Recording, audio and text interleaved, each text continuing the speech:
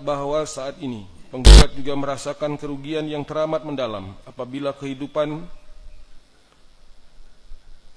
sosial politik di Indonesia tidak berjalan sesuai dengan prinsip demokrasi. Karena sebagai dosen, penggugat sangat menggantungkan aktivitasnya pada prinsip-prinsip hak asasi manusia dan nilai-nilai demokrasi yang menjunjung tinggi kebebasan berpendapat, persamaan di hadapan hukum dan kebebasan berkumpul dan berserikat. 5. Bahwa sebagaimana diketahui, berita terbesar saat ini di Republik Indonesia adalah adanya gugatan ijazah palsu Insinyur Joko Widodo tergugat 1, mantan Presiden Republik Indonesia ke-7. Banyak pihak yang ingin menguji kebenaran dari berita tersebut. Atas dasar alasan tersebut, penggugat mengajukan gugatan perbuatan melawan hukum ini. 6. Bahwa di Indonesia, proses pemilihan kepala daerah dilakukan melalui pemilihan umum yang diadakan setiap 5 tahun sekali dengan persyaratan sebagaimana yang tercantum dalam Peraturan Pemerintah Nomor 6 Tahun 2005, Junto Peraturan Pemerintah Nomor 17 Tahun 2005, Junto Peraturan Pemerintah Nomor 25 Tahun 2007, Junto Peraturan Pemerintah Nomor 49 Tahun 2008, Junto Peraturan Pemerintah Nomor 78 Tahun 2012 tentang pemilihan, pengesahan, pengangkatan dan pemberhentian kepala daerah, Peraturan Pemerintah Nomor 6 Tahun 2005, Pasal 38 ayat 1 dan ayat 2. Pasal 38 ayat 1, syarat untuk mendaftar sebagai kepala daerah adalah 1. Calon kepala daerah dan wakil kepala daerah adalah warga negara Republik Indonesia yang memenuhi syarat A. Bertakwa kepada Tuhan Yang Maha Esa, B. Setia kepada Pancasila sebagai dasar negara, Undang-Undang Dasar Negara Republik Indonesia tahun 1945, Cita-cita Proklamasi 17 Agustus 1945, dan kepada Negara Kesatuan Republik Indonesia serta pemerintah. C. Berpendidikan sekurang-kurangnya sekolah lanjutan tingkat atas dan atau sederajat. D. Berusia sekurang-kurangnya 30 tahun pada saat pendaftaran. E. Sehat jasmani dan rohani berdasarkan hasil pemeriksaan kesehatan menyeluruh dari tim dokter. F. Tidak pernah dijatuhi pidana penjara berdasarkan putusan pengadilan yang telah berkekuatan hukum tetap karena melakukan tindak pidana yang diancam dengan pidana penjara paling lama 5 tahun atau lebih. G. Tidak sedang dicabut hak pilihnya berdasarkan putusan pengadilan yang telah memperoleh kekuatan hukum tetap. H. Mengenal daerahnya dan dikenal oleh masyarakat di daerahnya. I. Menyerahkan daftar kekayaan pribadi dan bersedia untuk diumumkan. J. Tidak sedang memiliki tanggungan utang secara perseorangan dan atau secara fakta hukum yang menjadi tanggung jawabnya yang merugikan keuangan negara. K. Tidak sedang dinyatakan pailit berdasarkan putusan pengadilan yang telah memperoleh kekuatan hukum tetap. L. Tidak pernah melakukan perbuatan tercela. M. Memiliki nomor pokok wajib pajak NPWP atau bagi yang belum mempunyai NPWP wajib mempunyai bukti pembayaran pajak. N. Menyerahkan daftar riwayat hidup yang lengkap yang memuat antara lain riwayat pendidikan dan pekerjaan serta keluarga kandung suami dan istri. O. Belum pernah menjabat sebagai kepala daerah atau wakil kepala daerah selama 2 kali masa jabatan dalam jabatan yang sama. Dan P. Tidak dalam status sebagai penjabat kepala daerah. Pasal 38 ayat 2, syarat untuk mendaftarkan sebagai kepala daerah adalah A. Surat pernyataan yang dibuat dan ditandatangani oleh calon sendiri dengan bukti pemenuhan syarat calon sebagaimana dimaksud dalam ayat 1, huruf A, huruf B, huruf H, huruf L, dan huruf N. B. Surat keterangan hasil pemeriksaan kemampuan secara rohani dan jasmani dari tim pemeriksa yang ditetapkan oleh KPUD sebagai bukti pemenuhan syarat calon sebagaimana dimaksud pada ayat 1, huruf E.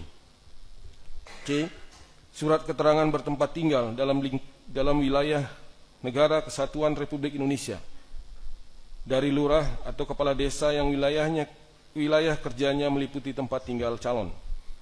D. Surat tanda terima laporan kekayaan calon dari instansi yang berwenang memeriksa laporan kekayaan penyelenggara negara sebagai bukti pemenuhan syarat calon sebagaimana dimaksud pada ayat 1, huruf I.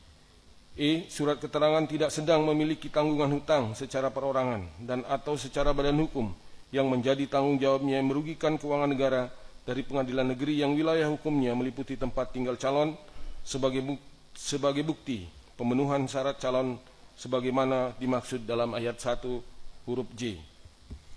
F. Surat keterangan tidak sedang dinyatakan valid berdasarkan putusan pengadilan dari pengadilan niaga yang wilayah hukumnya meliputi tempat tinggal calon sebagai bukti pemenuhan syarat calon sebagaimana dimaksud dalam ayat 1 huruf K.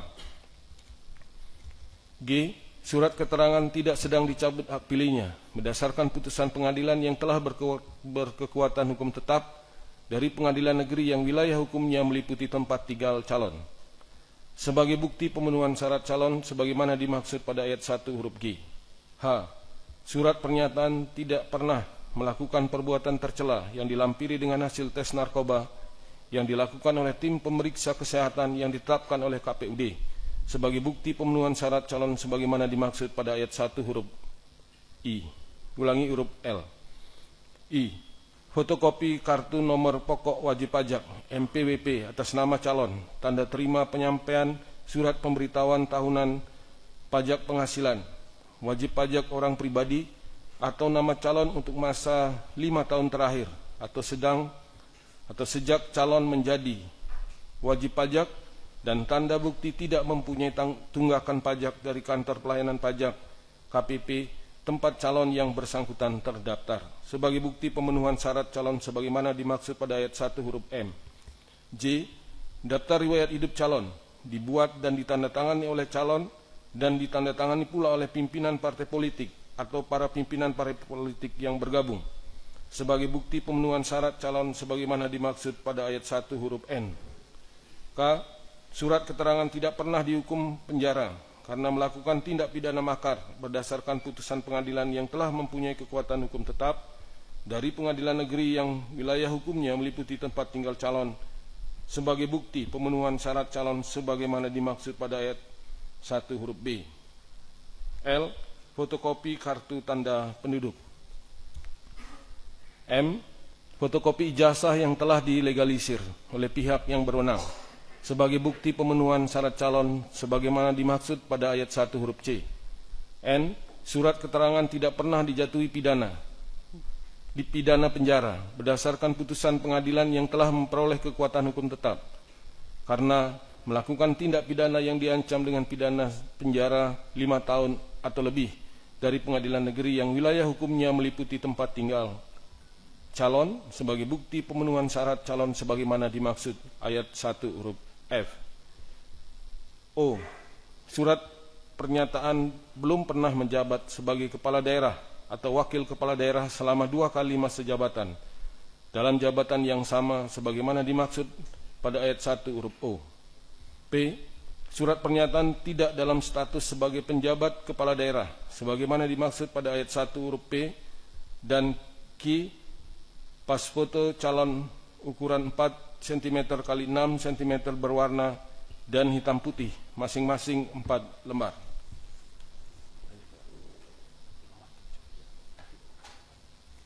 Dilanjutkan Hakim Anggota 1. Baik, pembacaan putusan dilanjutkan. 7. Bahwa sebagaimana yang tercantum dalam Peraturan Pemerintah Nomor 6 Tahun 2005, Junto Peraturan Pemerintah Nomor 17 Tahun 2005, Junto Peraturan Pemerintah Nomor 25 Tahun 2007, Junto Peraturan Pemerintah Nomor 49 Tahun 2008, Junto Peraturan Pemerintah Nomor 78 Tahun 2012 tentang pemilihan, pengesahan, pengangkatan, dan pemberhentian kepala daerah pasal 38 ayat 1 dan ayat 2 mengenai persyaratan calon dan dokumen persyaratan bakal pasangan calon yang harus dipenuhi Insinyur Joko Widodo kurung buka tergugat 1 kurung tutup untuk diserahkan kepada Komisi Pemilihan Umum Kota Surakarta kurung buka tergugat 2 kurung tutup Insinyur Joko Widodo tergugat 1 diduga telah menggunakan ijazah palsu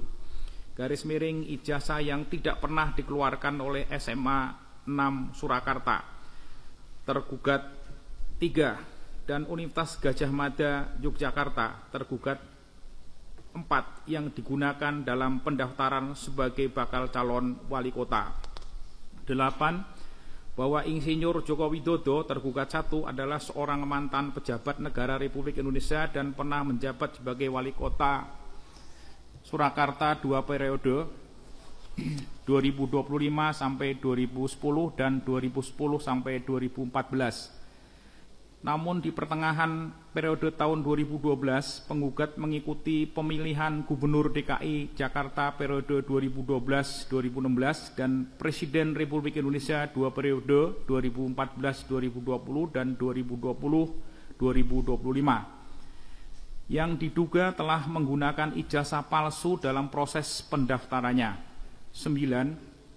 Bahwa peristiwa bermula ketika tergugat 1 mendaftarkan diri sebagai calon wali kota Surakarta pada Komisi Pemilihan Umum Kota Surakarta, tergugat 2 periode 2005-2010, di mana pelaksanaan pemilihan dilaksanakan tanggal 27 Juni 2005. 10. Bahwa ditemukan pada buku alumni tahun 1985 Universitas Gadjah Mada Yogyakarta yang tertulis nama Joko Widodo adalah lulusan SMA Negeri 6 Yogyakarta. Selama ini diketahui Insinyur Joko Widodo tergugat 1 ketika mendaftar wali kota Surakarta, tergugat 1 mengaku sebagai lulusan SMA Negeri 6 Surakarta. Diketahui pada saat itu belum terbentuk sekolah dengan nama SMA Negeri 6 Surakarta. Sedangkan sesuai data yang penggugat peroleh, baru pada tanggal 9 Agustus 1985, Sekolah Menengah Pembangunan Persiapan atau kurung buka SMPP kurung tutup berubah nama menjadi SMA Negeri 6 Surakarta.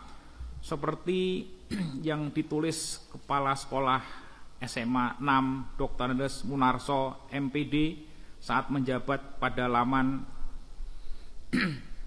HTT dan seterusnya halaman _ sambutan, bahwa Sekolah Menengah Persiapan Pembangunan SMPP berganti menjadi SMA Negeri 6 Surakarta baru terbentuk pada tahun 1985, yang pada tahun 1985 Insinyur Joko Widodo tergugat 1 baru saja lulus dan wisuda dari Fakultas Kehutanan jurusan Teknologi Kayu Universitas Gadjah Mada Yogyakarta. 12. Bahwa ijazah Insinyur Joko Widodo tergugat 1 terbit 5 November 1985 SMA Negeri 6 Surakarta ditandatangani pada tanggal 9 Agustus 1985. Ini menjadi polemik di masyarakat dan menjadi kebingungan karena terdapat 2 data yang tidak sinkron. 13. Bahwa oleh karena ketidakjelasan data ijazah SMA Insinyur Joko Widodo tergugat 1 sebagaimana disebutkan dan diterangkan pada posita di atas, sehingga dapat dikatakan apabila ijazah SMA-nya saja tidak jelas, maka ijazah sarjananya yang diperoleh di Universitas Gadjah Mada Fakultas Kehutanan jurusan Teknologi Kayu pun dapat dikatakan sama tidak jelasnya. 14. Bahwa tergugat 2 dianggap ceroboh karena tidak meneliti dengan jeli dan memeriksa keaslian seluruh dokumen yang digunakan oleh calon wali kota Surakarta untuk mendaftar sebagai bakal calon wali kota Surakarta, sehingga proses pendaftaran meloloskan tergugat 1 untuk mencalonkan dan memperoleh kemenangan, kemudian terpilih sebagai wali kota Surakarta periode 2005-2010 yang sebagai awal karir politiknya. 15. Bahwa tergugat 1 mengaku lulusan dari Fakultas Kehutanan Universitas Gadjah Mada Yogyakarta, tergugat 4 tahun 1985, dan tergugat 4 mengakui bahwa tergugat 1 adalah alumninya yang masuk tahun 1980 dan lulus pada tahun 1985. 16. Bahwa Insinyur Joko Widodo tergugat 1 mengaku mendapat gelar insinyur dari Fakultas Kehutanan Universitas Gadjah Mada Yogyakarta, tergugat 4 jurusan Teknologi Kayu. Padahal sejak berdirinya Fakultas Kehutanan Universitas Gadjah Mada Yogyakarta sampai dengan hari ini tidak pernah ada jurusan Teknologi Kayu. 17. Bahwa klarifikasi yang disampaikan perwakilan Universitas Gadjah Mada Yogyakarta, tergugat 4, hanya ditunjukkan dalam bentuk skripsi berwarna hijau dengan bertuliskan nama Joko Widodo, dan tidak pernah sekalipun menunjukkan ijazah asli atau kopi yang dilegalisir dengan cap basah resmi dari Fakultas Kehutanan Universitas Gadjah Mada Yogyakarta jurusan Teknologi Kayu. Bahwa yang ditunjukkan Universitas Gadjah Mada Yogyakarta tergugat 4 pada klarifikasi ijazah asli Joko Widodo sebagaimana yang dikatakan Insinyur Widodo tergugat 1 dalam video yang diupload oleh akun YouTube Kementerian Kesekretariatan Negara RI dengan judul Silaturahmi dengan dosen, alumni, dan mahasiswa Fakultas Kehutanan Universitas Gadjah Mada pada menit 1.49 yang mengatakan tergugat 1 merupakan lulusan Fakultas Kehutanan jurusan Teknologi Kayu. Diakses 5 bulan 4 2025 pukul 18.47 WIB. 19 bahwa diketahui Insinyur Joko Widodo tergugat 1 masuk di Fakultas Kehutanan Universitas Gadjah Mada Yogyakarta tergugat 4 tahun 1980 mengambil jurusan Teknologi Kayu yang diketahui pada Fakultas Kehutanan Universitas Gadjah Mada Yogyakarta di mana tergugat 1 berkuliah tidak ada jurusan Teknologi Kayu. 20 bahwa dari awal dibentuknya Fakultas Kehutanan Universitas Gadjah Mada Yogyakarta tahun 1963 hanya ada 4 jurusan, yaitu 1 jurusan silvikultur, 2 manajemen kehutanan, 3 teknologi hasil hutan, 4 konservasi sumber daya hutan, yang mana membuktikan bahwa perkataan tergugat 1 yang menyatakan lulusan jurusan Teknologi Kayu adalah kebohongan besar. Diakses 8 bulan 4 2025 pukul 19.45 WIB.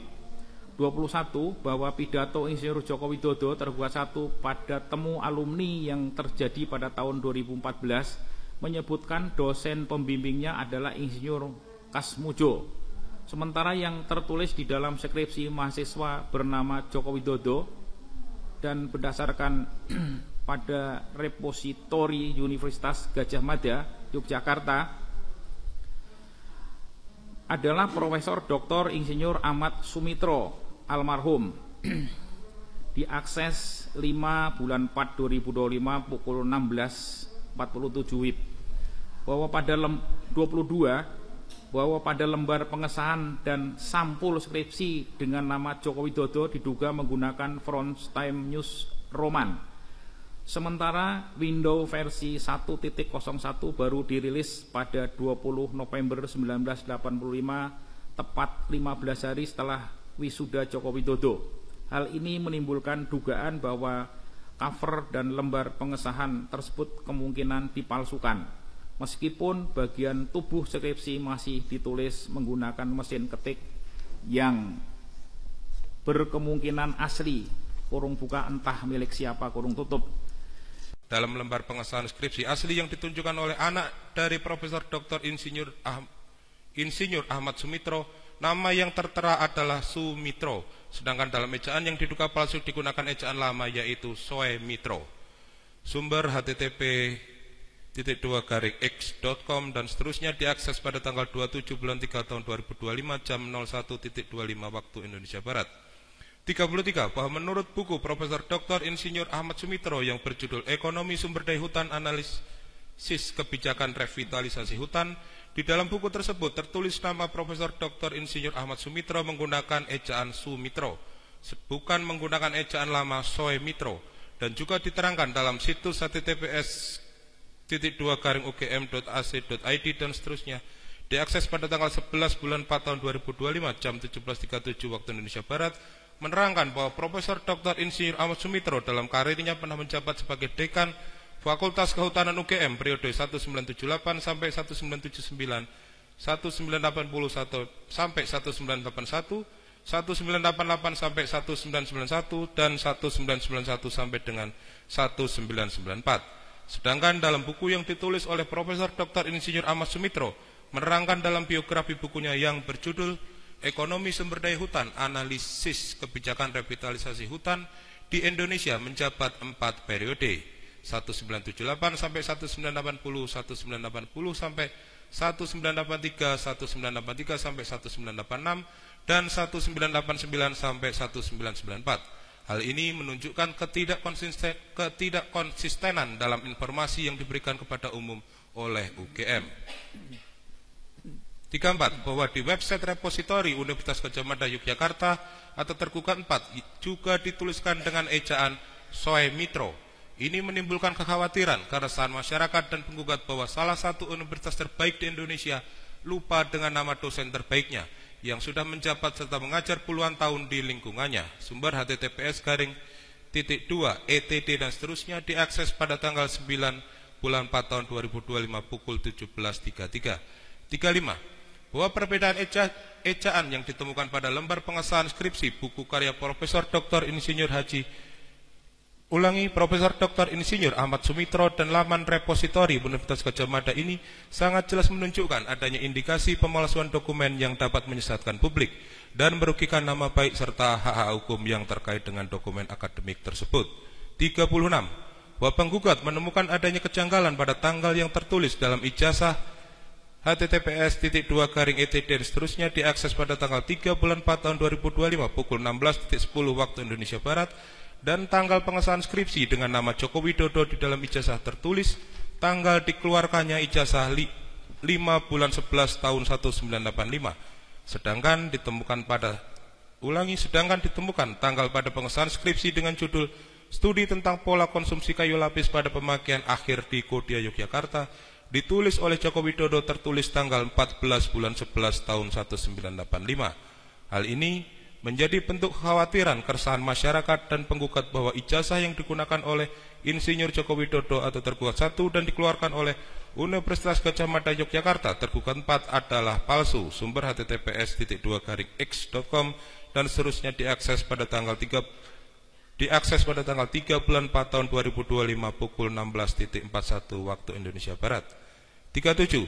Bahwa Insinyur Joko Widodo tergugat 1 dalam karir politiknya pernah menjabat sebagai Wali Kota Surakarta, Gubernur DKI Jakarta, dan Presiden Republik Indonesia yang seharusnya mempunyai keterbukaan terhadap publik untuk menjaga integritas dan akuntabilitas dalam menjalankan pemerintahan sesuai yang tercantum pada Undang-Undang Republik Indonesia Nomor 14 Tahun 2008 tentang Keterbukaan Informasi Publik, Pasal 3, Pasal 9, Pasal 10, dan Undang-Undang Dasar Negara Republik Indonesia tahun 1945 Pasal 28 huruf F.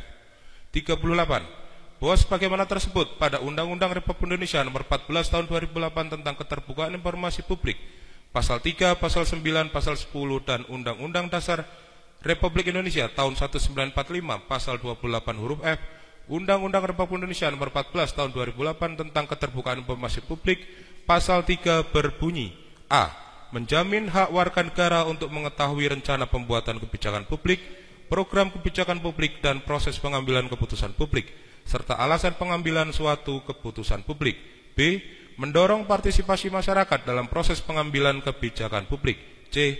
Meningkatkan peran aktif masyarakat dalam pengambilan kebijakan publik dan pengelolaan badan publik yang baik. D. Mewujudkan penyelenggaraan negara yang baik, yaitu yang transparan, efektif, dan efisien, akuntabel, serta dapat dipertanggungjawabkan. E. Mengetahui alasan kebijakan publik yang mempengaruhi hajat hidup orang banyak. F. Mengembangkan ilmu pengetahuan dan mencerdaskan kehidupan bangsa. Dan atau G. Meningkatkan pengelolaan dan pelayanan informasi di lingkungan badan publik untuk menghasilkan layanan informasi yang berkualitas. Pasal 9 berbunyi: 1. Setiap badan publik wajib mengumumkan informasi publik secara berkala. 2. Informasi publik sebagaimana dimaksud pada ayat 1 meliputi: A. Informasi yang berkaitan dengan badan publik. B. Informasi mengenai kegiatan dan kinerja badan publik tersebut. C. Informasi mengenai laporan keuangan. Dan atau D. Informasi lain yang diatur dalam peraturan perundang-undangan. 3. Kewajiban memberikan dan menyampaikan informasi publik sebagaimana dimaksud pada ayat 2 dilakukan paling singkat 6 bulan sekali. 4. Kewajiban menyebarluaskan informasi publik sebagaimana dimaksud pada ayat 1 disampaikan dengan cara yang mudah dijangkau oleh masyarakat dan dalam bahasa yang mudah dipahami. 5. Cara-cara sebagaimana dimaksud pada ayat 4 ditentukan lebih lanjut oleh pejabat pengelola informasi dan dokumentasi di badan publik terkait. 6. Ketentuan lebih lanjut mengenai kewajiban badan publik memberikan dan menyampaikan informasi publik secara berkala sebagaimana dimaksud pada ayat 1, ayat 2, dan ayat 3 diatur dengan petunjuk teknis Komisi Informasi. Pasal 10 berbunyi: 1. Badan publik wajib mengumumkan Ulangi, badan publik wajib mengumumkan secara serta-merta suatu informasi yang dapat mengancam hajat hidup orang banyak dan ketertiban umum. 2. Kewajiban menyebarluaskan informasi publik sebagaimana dimaksud pada ayat 1 disampaikan dengan cara yang mudah dijangkau oleh masyarakat dan dalam bahasa yang mudah dipahami. Undang-Undang Dasar Negara Republik Indonesia tahun 1945 pasal 28 huruf F berbunyi, setiap orang berhak untuk berkomunikasi dan memperoleh informasi untuk mengembangkan pribadi dan lingkungan sosialnya, serta berhak untuk mencari, memperoleh, memiliki, menyimpan, mengolah, dan menyampaikan informasi dengan menggunakan segala jenis saluran yang tersedia. 39. Bahwa di Republik Indonesia proses pemilihan presiden dilaksanakan melalui pemilihan umum yang diadakan setiap 5 tahun sekali, dengan persyaratan sebagaimana yang tercantum dalam Peraturan Komisi Pemilihan Umum Republik Indonesia nomor 22 tahun 2018 tentang pencalonan peserta pemilihan umum presiden dan wakil presiden. 40. Bahwa sebagaimana tersebut pada pasal 9 dan pasal 10 Peraturan Komisi Pemilihan Umum Republik Indonesia nomor 22 tahun 2018 tentang pencalonan peserta pemilihan umum presiden dan wakil presiden. Pasal 9 ayat 1. Syarat untuk menjadi calon presiden dan calon wakil presiden adalah: A. Bertakwa kepada Tuhan Yang Maha Esa. B. Warga negara Indonesia sejak kelahirannya dan tidak pernah menerima kewarganegaraan lain atas kehendaknya sendiri. C. Suami atau istri calon presiden dan suami atau istri calon wakil presiden adalah warga negara Indonesia. D. Tidak pernah mengkhianati negara serta tidak pernah melakukan tindak pidana korupsi dan tindak pidana berat lainnya. E. Mampu secara rohani dan jasmani untuk melaksanakan tugas dan kewajiban sebagai presiden dan wakil presiden, serta bebas penyalahgunaan narkotika, psikotropika, dan zat adiktif berdasarkan hasil pemeriksaan kesehatan menyeluruh dari tim dokter yang terdiri dari dokter dan Badan Narkotika Nasional. F. Bertempat tinggal di wilayah Negara Kesatuan Republik Indonesia. G. Telah melaporkan kekayaannya kepada instansi yang berwenang memeriksa laporan kekayaan penyelenggara negara. H. Tidak sedang memiliki tanggungan utang secara perorangan dan atau secara badan hukum yang menjadi tanggung jawabnya yang merugikan keuangan negara. I. Tidak sedang dinyatakan valid berdasarkan putusan pengadilan. J. Tidak pernah melakukan perbuatan tercela. K. Tidak sedang dicalonkan sebagai anggota DPR, Dewan Perwakilan Daerah atau DPRD. L. Terdaftar sebagai pemilih. M. Memiliki nomor pokok wajib pajak dan telah melaksanakan kewajiban membayar pajak selama 5 tahun terakhir yang dibuktikan dengan surat pemberitahuan tahunan pajak penghasilan wajib pajak orang pribadi. N. Belum pernah menjabat sebagai presiden atau wakil presiden selama 2 kali masa jabatan dalam jabatan yang sama. O. Setia kepada Pancasila, Undang-Undang Dasar Negara Republik Indonesia tahun 1945, Negara Kesatuan Republik Indonesia, dan Bhinneka Tunggal Ika. P. Tidak pernah dipidana penjara berdasarkan putusan pengadilan yang telah memperoleh kekuatan hukum tetap. Q. Berusia paling rendah 40 tahun.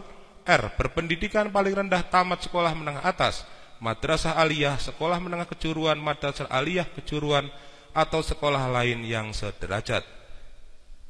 S. Bukan bekas anggota organisasi Partai Komunis Indonesia termasuk organisasi masanya, atau bukan orang yang terlibat langsung dalam gerakan 30 September atau Partai Komunis Indonesia atau organisasi terlarang lain menurut peraturan perundang-undangan. Dan T. Memiliki visi, misi, dan program dalam melaksanakan pemerintahan negara Republik Indonesia. Pasal 10 Peraturan Komisi Pemilihan Umum Republik Indonesia nomor 22 tahun 2018 tentang pencalonan peserta pemilihan umum presiden dan wakil presiden. Pasal 10 ayat 1 Dokumen persyaratan bakal pasangan calon sebagaimana dimaksud dalam pasal 9 yang wajib disampaikan kepada KPU meliputi: A. Surat pernyataan bermaterai cukup yang menerangkan bahwa bakal pasangan calon 1. Bertakwa kepada Tuhan Yang Maha Esa. 2. Setia kepada Pancasila sebagai dasar negara, Undang-Undang Dasar Negara Republik Indonesia tahun 1945, dan cita-cita proklamasi kemerdekaan 17 Agustus tahun 1945. 3. Tidak pernah menerima kewarganegaraan lain atas kehendaknya sendiri. 4. Tidak pernah mengkhianati negara serta tidak pernah melakukan tindak pidana korupsi dan tindak pidana berat lainnya. 5. Tidak pernah melakukan perbuatan tercela. 6. Tidak sedang dicalonkan sebagai anggota DPR, Dewan Perwakilan Daerah, dan atau DPRD. 7. Belum pernah menjabat sebagai presiden atau wakil presiden selama 2 periode. 8. Bersedia diusulkan sebagai bakal pasangan calon. 9. Tidak akan mengundurkan diri sebagai pasangan calon. 10. Mengundurkan diri sebagai pejabat negara yang tidak dapat ditarik kembali. 11. Mengundurkan diri sebagai anggota Tentara Nasional Indonesia, Kepolisian Negara Republik Indonesia, dan pegawai negeri sipil sejak ditetapkan sebagai pasangan calon. 12. Mengundurkan diri sebagai karyawan atau pejabat badan usaha milik negara, badan usaha milik daerah, atau badan usaha milik desa sejak ditetapkan sebagai pasangan calon. 13. Telah mengajukan permohonan izin kepada Presiden bagi gubernur, wakil gubernur, bupati, wakil bupati, wali kota, dan wakil wali kota dilengkapi dengan surat izin. Dan 14. Bersedia melakukan pemeriksaan kesehatan dan menerima hasil yang dikeluarkan oleh tim pemeriksa kesehatan yang telah ditunjuk yang ditandatangani oleh bakal pasangan calon dengan menggunakan formulir model BP-1 PPWP. B. Surat keterangan tempat tinggal bakal pasangan calon dari kepala kelurahan atau desa atau sebutan lain. C. Surat keterangan bakal pasangan calon terdaftar sebagai pemilih yang ditandatangani asli oleh ketua PPS serta cabasa PPS, atau surat keterangan dari KPU atau KIP kabupaten atau kota.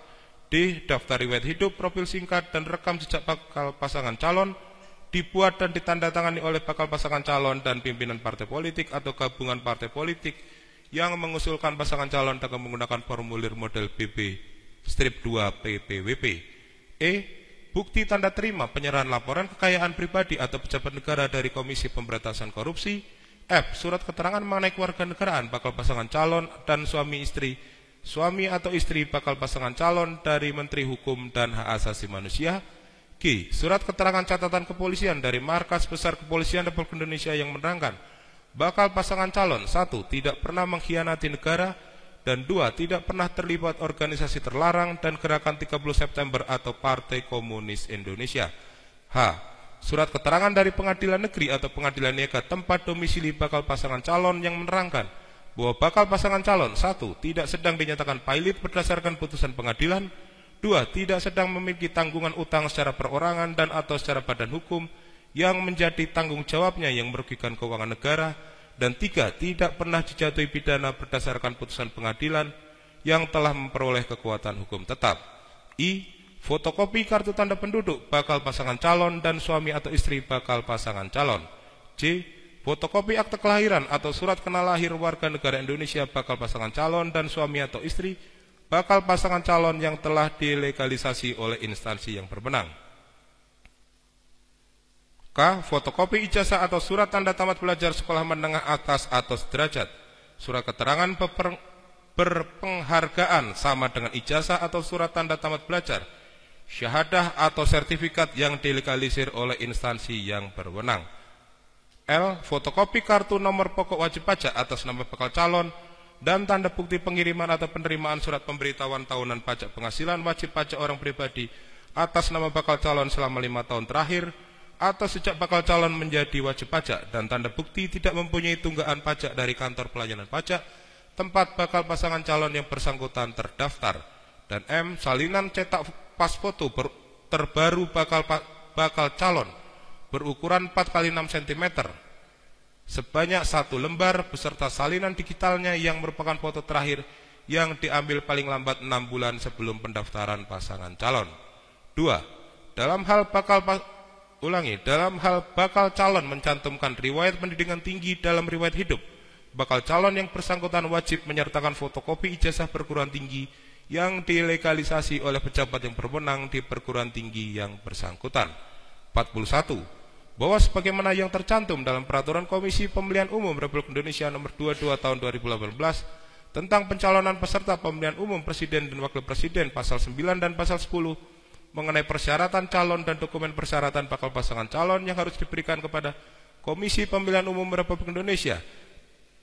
Tergugat 4 sebagai persyaratannya Insinyur Joko Widodo atau tergugat 1 diduga telah menggunakan ijazah palsu yang dikeluarkan oleh Universitas Gadjah Mada Yogyakarta atau tergugat 5 dalam pendaftarannya sebagai bakal calon wali kota Surakarta, Gubernur DKI Jakarta, Presiden.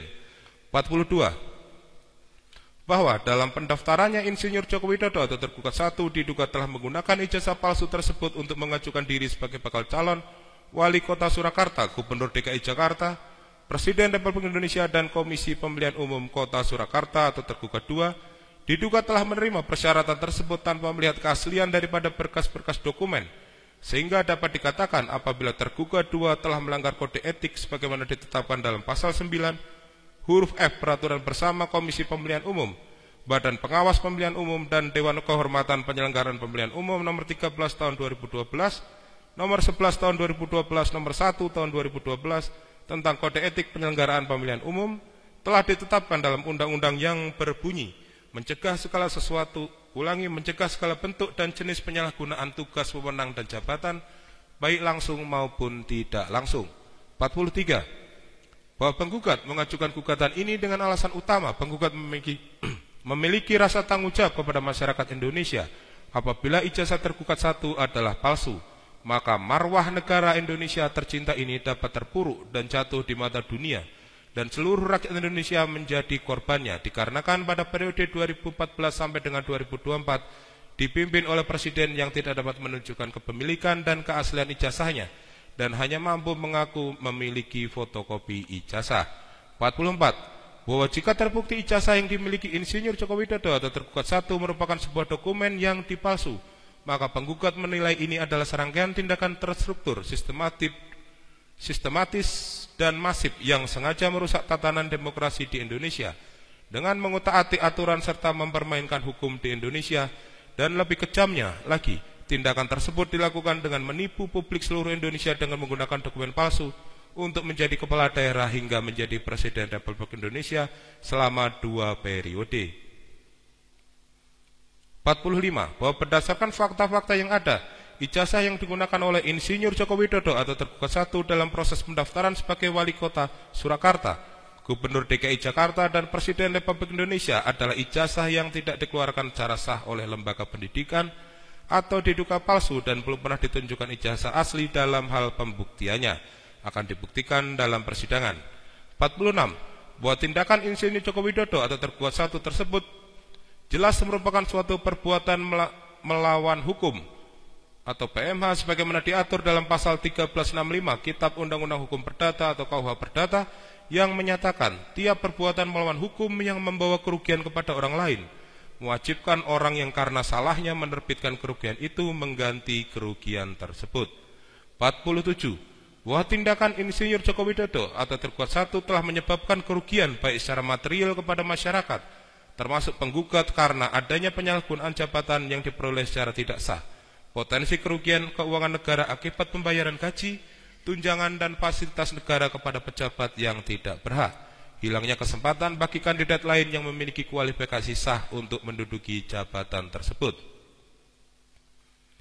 48. Bahwa perbuatan Insinyur Joko Widodo atau tergugat 1 juga melanggar ketentuan hukum lainnya antara lain Pasal 263 KUHP berbunyi, barang siapa membuat surat palsu atau memasukkan surat yang dapat menimbulkan sesuatu hal, perikatan atau pembebasan hutang, atau yang diperuntukkan sebagai bukti daripada sesuatu hal dengan maksud untuk memakai atau menyuruh orang lain memakai surat tersebut seolah-olah isinya benar dan tidak dipalsu, diancam jika pemakaian tersebut dapat menimbulkan kerugian karena pemalsuan surat dengan pidana penjara paling lama 6 tahun, tentang pemalsuan dokumen dengan ancaman pidana maksimal 6 tahun penjara. Pasal 264 KUHP berbunyi, 1. Pemalsuan surat diancam dengan pidana penjara paling lama 8 tahun jika dilakukan terhadap A. Akta-akta otentik, B. Surat hutang atau sertifikat hutang dari suatu negara atau bagiannya ataupun dari suatu lembaga umum, C. Surat sero atau hutang atau sertifikat sero atau hutang dari suatu perkumpulan, yayasan, perseorangan, yayasan, perseroan atau maskapai, D. Talon, tanda bukti dividen atau bunga dari salah satu surat yang diterangkan dalam 2 dan 3 atau tanda bukti yang dikeluarkan sebagai pengganti surat-surat itu, E. Surat kredit atau surat dagang yang diperuntukkan untuk diedarkan. 2. Diancam dengan pidana yang sama barang siapa dengan sengaja memakai surat tersebut dalam ayat pertama yang isinya tidak sejati atau yang dipalsukan seolah-olah benar dan tidak dipalsu, jika pemalsuan surat itu dapat menimbulkan kerugian. Pasal 69 ayat 1 Undang-Undang Nomor 20 Tahun 2003 tentang Sistem Pendidikan Nasional berbunyi sebagai berikut. Setiap orang yang menggunakan ijazah, sertifikat kompetensi, gelar akademik, profesi dan atau vokasi yang terbukti palsu dipidana dengan pidana penjara paling lama 5 tahun dan atau pidana denda paling banyak 500 juta rupiah. Pasal 3 Undang-Undang Nomor 31 Tahun 1999 tentang Pemberantasan Tindak Pidana Korupsi berbunyi sebagai berikut. Setiap orang yang dengan tujuan menguntungkan diri sendiri atau orang lain atau suatu korporasi menyalahgunakan kewenangan, kesempatan atau sarana yang ada padanya karena jabatan atau kedudukan yang dapat merugikan keuangan negara atau perekonomian negara dipidana dengan pidana penjara seumur hidup atau pidana penjara paling singkat 1 tahun dan paling lama 20 tahun dan atau denda paling sedikit 50 juta rupiah dan paling banyak 1 miliar rupiah jika terbukti ada kerugian negara yang ditimbulkan akibat penggunaan ijazah palsu tersebut. 49. Bahwa perbuatan Insinyur Joko Widodo atau tergugat 1 telah mengakibatkan kerugian bagi penggugat secara khusus dan seluruh masyarakat Republik Indonesia secara umum karena telah menimbulkan ketidakpastian dan ketidakadilan dalam aturan hukum pencalonan presiden dan wakil presiden di Indonesia. 50. Bahwa perbuatan Insinyur Joko Widodo atau tergugat 1 pada dasarnya merupakan dagelan dan lelucon dengan memainkan jabatan kekuasaan tertinggi di negara Republik Indonesia. 51. Bahwa perbuatan Insinyur Joko Widodo atau tergugat 1 telah menghina marwah Republik Indonesia dengan mendaftar dan menduduki jabatan sebagai kepala daerah dan kepala negara dengan menggunakan dokumen palsu. 52. Bahwa perbuatan Insinyur Joko Widodo atau tergugat 1 telah menjadi presiden buruk bagi negara kesatuan Republik Indonesia dan mengakibatkan kerugian tidak terkira bagi seluruh masyarakat Indonesia yang membutuhkan kepercayaan terhadap pemegang kekuasaan tertinggi di Indonesia. 53. Bahwa Insinyur Joko Widodo atau tergugat 1 sebagai mantan Presiden Republik Indonesia yang menjadi pimpinan tertinggi justru menimbulkan kegaduhan di masyarakat atas dugaan perbuatan yang menggunakan ijazah palsu tersebut. Sebetulnya mudah untuk dibuktikan apabila tergugat 1 dapat menunjukkan ijazah asli dan tergugat 4 menunjukkan bukti administrasi yang membuktikan tergugat 1 pernah menimba ilmu dan lulus di institusi tergugat 4 kepada seluruh rakyat Indonesia demi menjaga ketentraman dan kepastian hukum. Namun sampai dengan detik ini tergugat 1 dan tergugat 4 tidak pernah dan tidak dapat menunjukkan ijazah aslinya beserta bukti administrasi dan dokumen aslinya kepada masyarakat. 54.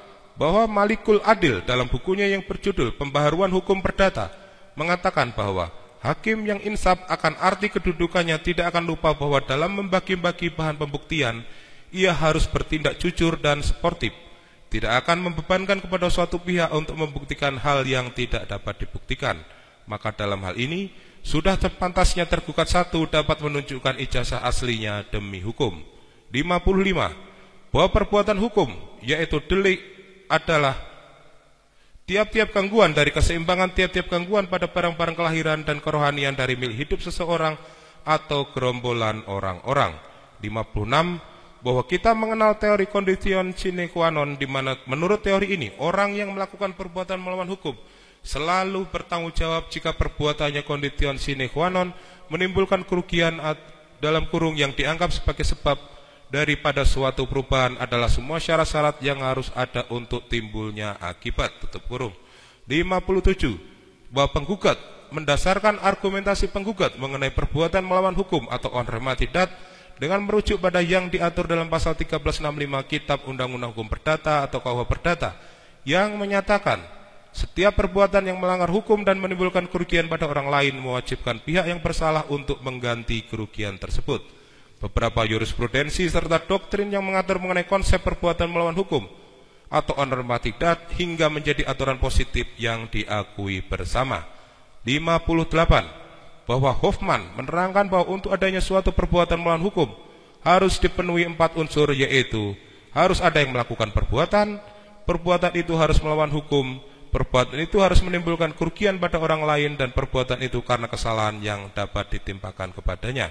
59. Bahwa yang termasuk dalam pengertian perbuatan melawan hukum menurut putusan Hokerat tanggal 31 Januari 1919 antara Lindebaum melawan Cohen adalah A. Yang melanggar hak orang lain yang dijamin oleh hukum, atau B. Perbuatan yang bertentangan dengan kewajiban hukum si pelaku, atau C. Perbuatan yang bertentangan dengan kesusilaan, atau D. Perbuatan yang bertentangan dengan sikap yang baik dalam bermasyarakat untuk memperhatikan kepentingan orang lain. Video putusan Hokerat tanggal 31 Januari tahun 1919. Ulangi, tahun 1919 antara Lindebaum melawan Cohen. 60. bahwa berdasarkan pasal-pasal akuo, Komisi Pemilihan Umum Kota Surakarta atau tergugat 2 telah ternyata melakukan perbuatan melanggar undang-undang on rematidat, sehingganya secara otomatis melakukan perbuatan melawan hukum karena tergugat 2 tidak berupaya secara aktif mengembangkan kehidupan demokrasi, menjaga etika dan norma serta mengembangkan kehidupan demokrasi berdasarkan Pancasila. Pada periode kedua setelah menjabat sebagai Wali Kota Surakarta, Insinyur Joko Widodo atau tergugat 1 tidak menyelesaikan masa jabatannya, tetapi justru mencalonkan diri sebagai Gubernur DKI Jakarta. Kemudian mencalonkan diri sebagai calon Presiden Republik Indonesia dengan menabrak segala aturan yang berlaku, termasuk pula melanggar etika politik, moralitas, serta penalaran yang wajar, dan merugikan penggugat secara khusus seluruh masyarakat Republik Indonesia secara umum. Dalam hal ini, nomor 61, bahwa tindakan tergugat 2 dalam kapasitasnya sebagai pintu pertama dalam pemilihan dan meloloskan tergugat 1 dalam pencalonannya sebagai wali kota, dan membuka gerbang kepada tergugat 1 menyalurkan dirinya sebagai gubernur dan presiden tanpa mengecek keaslian berkas yang dipersyaratkan karena diduga palsu atau tidak jelas kebenarannya, telah menimbulkan kerugian kepada penggugat secara khusus dan masyarakat Indonesia secara umum. 62, bahwa gugatan ini diajukan dengan memperhatikan aturan hukum perdata yang berlaku. Perbuatan melawan hukum dalam pasal 1365 KUH Perdata berbunyi sebagai berikut. Tiap perbuatan yang melanggar hukum dan membawa kerugian kepada orang lain mewajibkan orang yang menimbulkan kerugian itu karena kesalahannya untuk menggantikan kerugian tersebut. 63, bahwa konsep perbuatan melawan hukum tidak terbatas pada ranah privat atau hukum kebendaan semata, melainkan dapat pula sebagai instrumen untuk melindungi hak asasi manusia, hak sipil dan hak konstitusional masyarakat Indonesia dari perbuatan melawan hukum yang dilakukan oleh segelintir orang yang mengakibatkan kerugian kepada seluruh masyarakat Indonesia. 64, bahwa tindakan para tergugat telah menurunkan derajat demokrasi dan supremasi hukum serta mengkhianati semangat konstitusi yang menjunjung tinggi pemilihan umum yang fair dan jujur. 65, bahwa sebagaimana dalam pasal 163 HIR, bahwa barang siapa yang mengatakan ia mempunyai hak atau ia menyebutkan suatu perbuatan untuk menguatkan haknya itu atau untuk membantah hak orang lain, maka orang itu harus membuktikan adanya hak itu atau adanya kejadian itu. Mengutip M. Yahya Harhab dalam Hukum Acara Perdata tentang Gugatan Persidangan Penyitaan Pembuktian dan Putusan Pengadilan halaman 557. Ditinjau dari sifatnya, alat bukti yang disebut dalam pasal 164 HIR dapat diklasifikasi menjadi 2. 1. Alat bukti langsung dan 2. Alat bukti tidak langsung. Pasal 164 HIR mengatur bahwa yang disebut alat bukti sah dalam hukum acara perdata adalah 1. Surat, 2. Saksi, 3. Persangkaan, 4. Pengakuan, 5. Sumpah. Dan 1865 KUH Perdata, setiap orang yang mengaku mempunyai suatu hak atau menunjuk suatu peristiwa untuk meneguhkan haknya itu atau untuk membantah suatu hak orang lain wajib membuktikan adanya hak itu atau kejadian yang dikemukakan itu. Yurisdiksi pengadilan di bidang perdata adalah yurisdiksi kontentiosa atau contentiuse rechtsstaat yang bermakna proses peradilan sanggah menyanggah antara pihak penggugat dan tergugat, dan sebagaimana pasal 163 HIR atau dan sebagaimana pasal 163 HIR garing 1865 KUH Perdata mengatur terkait pembuktian tidak hanya dibebankan kepada pihak yang mendaku atau menggugat saja, pihak yang menyangkal pun perlu membuktikan sangkalannya. Dengan kata lain, kedua belah pihak baik penggugat maupun tergugat dapat dibebankan dengan pembuktian dan kedua belah pihak wajib menyampaikan berdasarkan alat buktinya masing-masing. Tidak hanya penggugat yang memiliki kewajiban, penggugat wajib membuktikan peristiwa yang diajukannya, sedang tergugat berkewajiban membuktikan kebenaran bantahannya. 66. Bahwa Insinyur Joko Widodo atau tergugat 1 telah menjadi Presiden Republik Indonesia selama 1 dekade, yakni pada tahun 2014 sampai 2024. Pada masa tergugat 1 menjabat sebagai Presiden Republik Indonesia, di bawah kepemimpinannya memiliki penambahan hutang negara yang sangat signifikan, yakni jika melihat pada tahun 2014, outstanding utang tercatat sebesar 2,608 triliun yang kemudian meningkat signifikan menjadi 8,461,93 triliun per Agustus tahun 2024. Vide https://www alinea dan seterusnya. 6. Diakses pada tanggal 26 Maret tahun 2025 pukul 11.20 waktu Indonesia Barat. 67. Bahwa segala sesuatu yang telah disampaikan di atas, penggugat menilai segala perbuatan melawan hukum selama menjabat sebagai Wali Kota Surakarta periode 2005 sampai 2012, Gubernur DKI Jakarta periode 2012 sampai 2014, juga Presiden Republik Indonesia periode 2014 sampai 2024, dan segala akibatnya menjadi beban dan tanggung jawab tergugat 1. 68. Bahwa penggugat menilai untuk tergugat 3 dapat membuka stambu atau buku induk yang berisi tentang nama, nomor, nilai tahun masuk, tahun lulus, dan segala hal yang berkait dengan pendidikan sekolah menengah atas dengan data milik tergugat 1. 69. Bahwa penggugat juga menilai tergugat 4 dapat membuka stambu atau buku induk yang berisi tentang nama, nomor induk, nilai tahun masuk, tahun lulus program studi, lama studi, KKN, pembimbing akademik, dosen pembimbing skripsi, dosen penguji skripsi, transkrip, nilai, yudisium, ijazah milik tergugat 1. 70. Bahwa jika terbukti Jokowi tak memiliki ijazah atau ijazahnya palsu, maka segala tanggung jawab keuangan negara dalam hal utang luar negeri, proyek-proyek strategis nasional yang gagal atau berdampak adalah tanggung jawab pribadi Jokowi. 71. Bahwa penggugat juga menilai tergugat 4 dapat membuka stambu atau buku induk yang berisi tentang nama, nomor induk, nilai tahun masuk, tahun lulus, program studi, lama studi, KKN, pembimbing akademik, dosen pembimbing skripsi, dosen penguji skripsi, transkrip, nilai, yudisium, ijazah milik tergugat 1. Bahwa dengan demikian jika melihat dari perbuatan tergugat 1 yang tidak ada kejelasan terkait ijazahnya karena tidak pernah dibuktikan dan selalu menjadi bola liar sampai gugatan ini dilayangkan, dan tergugat 1 tidak pernah menghiraukannya, kemudian menghitung dari kenaikan hutang negara pada saat Insinyur Joko Widodo atau tergugat 1 menjabat sebagai Presiden Republik Indonesia, yakni dari tahun 2014 sampai tahun 2024, memiliki kenaikan sebesar 5.000 triliun 853 miliar rupiah. Untuk itu, penggugat menilai angka tersebut patut untuk dibebankan kepada tergugat secara pribadi, dikarenakan perbuatannya dan dalam hal ini didukung perbuatannya oleh tergugat 2, 3, dan 4. Maka para tergugat secara tanggung renteng diwajibkan menyerahkan anggaran tersebut kepada lembaga terkait, yakni sebesar 5.000 triliun 853 miliar rupiah untuk dipergunakan demi pembangunan negara Indonesia yang terhambat dikarenakan ulah para tergugat. 72. Bahwa agar para tergugat tidak mengulur waktu dalam memenuhi kewajibannya, maka kami mohon agar para tergugat dihukum untuk membayar uang paksa atau duangsom kepada penggugat sebesar 100 juta rupiah setiap hari keterlambatan dalam mentaati isi putusan dalam perkara akuo, terhitung sejak putusan ini berkekuatan hukum tetap atau inkrah van gewisde. 73. Bahwa pengajuan gugatan ini juga didasarkan pada ketentuan pasal 118 HIR yang menentukan kompetensi mengajukan gugatan di pengadilan negeri mana yang tepat untuk mengajukan gugatan. Melihat dari perkara akuo dikarenakan para tergugat berada dalam satu yurisdiksi hukum, yaitu yurisdiksi Pengadilan Negeri Surakarta, maka sudah tepat gugatan ini diajukan di Pengadilan Negeri Surakarta.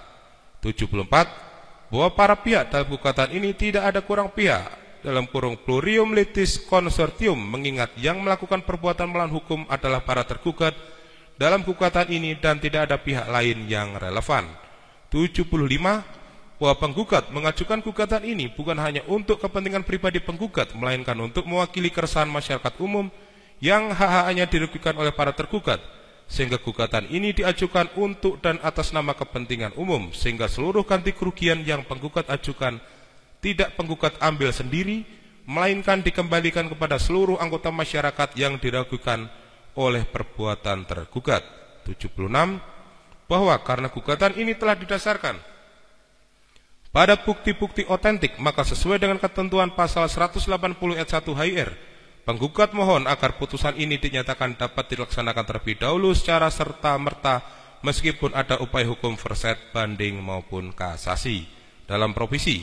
1. Bahwa sesuai pasal 227 ayat 1 HIR dan agar segala tuntutan penggugat lebih efektif dan tidak hampa atau illu Soir, dengan adanya gugatan ini, penggugat mohon kepada majelis hakim agar meletakkan sita jaminan atau konservatoire beslah terhadap tanah bangunan Gedung Graha Sababwana nomor induk bidang tanah 00280 seluas 5.382 meter persegi yang beralamat di Jalan Lejen Suprapto nomor 80 strip B Sumber, Kecamatan Banjarsari, Kota Surakarta, Jawa Tengah 57137, terletak di dalam wilayah Provinsi Jawa Tengah, Kota Surakarta, Kecamatan Banjarsari, Kelurahan Sumber. 2. Bahwa objek tersebut merupakan rumah pribadi Insinyur Joko Widodo atau tergugat 1. Untuk itu, objek sebagaimana disebutkan di atas patut diletakkan sita jaminan atau konservatoire beslah sebagai jaminan pertanggungjawaban kepada masyarakat Indonesia. Permohonan, berdasarkan hal-hal yang telah disebutkan dan diuraikan dalam gugatan kami, perkenankanlah dengan ini kami mohon sekiranya majelis hakim pemeriksa perkara berkenan memeriksa dan memutus sebagai berikut. Primer, dalam pokok perkara: 1. Mengabulkan gugatan penggugat untuk seluruhnya. 2. Menyatakan para tergugat telah melakukan perbuatan melawan hukum. 3. Menyatakan bahwa tergugat 1 secara sah berdasarkan hukum tidak memiliki ijazah sekolah menengah atas, madrasah aliyah, sekolah menengah kejuruan, madrasah aliyah kejuruan atau sekolah lain yang sederajat dan pendidikan tinggi setingkat universitas. 4. Menyatakan segala perbuatan hukum selama menjabat sebagai wali kota Surakarta periode 2005 sampai 2012, Gubernur DKI Jakarta periode 2012 sampai 2014, juga Presiden Republik Indonesia periode 2014 sampai dengan 2024, dan segala akibatnya menjadi beban dan tanggung jawab tergugat 1. 5. Menghukum tergugat 2 untuk membuka data segala berkas pencalonan tergugat 1 sebagai wali kota Surakarta sebagaimana tercantum dalam peraturan pemerintah nomor 6 tahun 2005, junto peraturan pemerintah nomor 17 tahun 2005, junto peraturan pemerintah nomor 25 tahun 2007, junto peraturan pemerintah nomor 49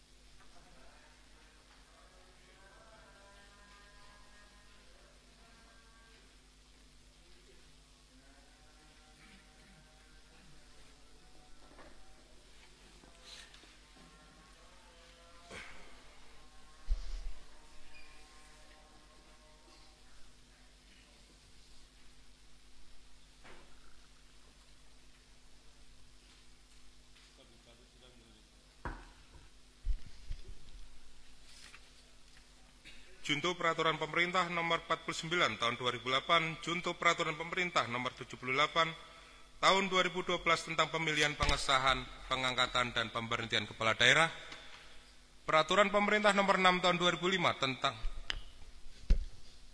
Peraturan Pemerintah Nomor 6 Tahun 2005, Pasal 38 ayat 1 dan ayat 2, Pasal 38 ayat 1, syarat untuk mendaftar sebagai kepala daerah adalah: 1. Calon kepala daerah dan wakil kepala daerah adalah warga negara Republik Indonesia yang memenuhi syarat bertakwa kepada Tuhan Yang Maha Esa.